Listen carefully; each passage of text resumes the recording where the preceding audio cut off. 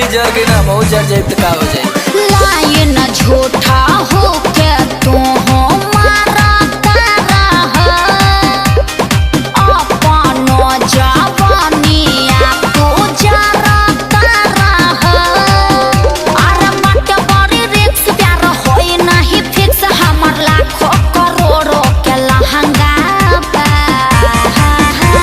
अरे खेते के हिसाब से खा छिटाई तोहरो मोहब्बत ये सोना का तोहरो मोहब्बत ये सोना सोनो से महंगा तोहरो मोहब्बत ये सोना सोनो से महंगा तोहरो मोहब्बत ये सोना।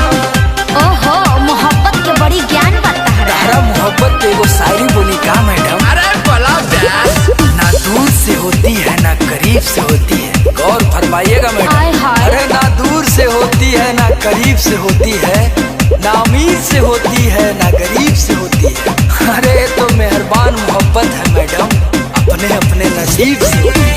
अरे भैया दिल के बात बोल दिलो।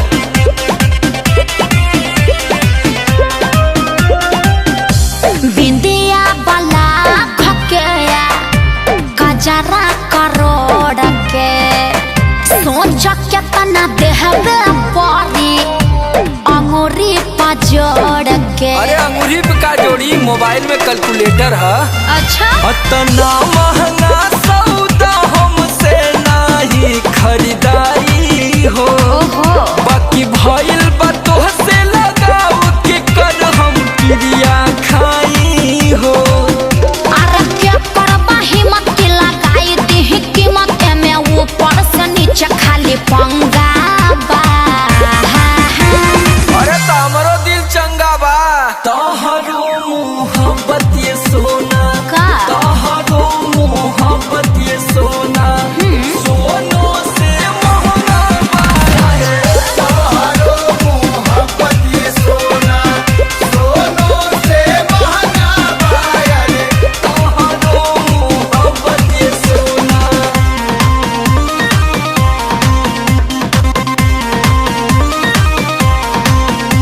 दोस्त तुहार नइखे हम अपना गलती के सजा पा गए। दोस्त तुहार नइखे हम अपना गलती के सजा पा गए। गोली सल्फास के विटामिन समझ के खा गए। अब तारा के चल आग कहीं की गुरबक हो। अरे नहीं रे प्यार में पगलाइल बानी भैया दुआरा में पौरत दिया।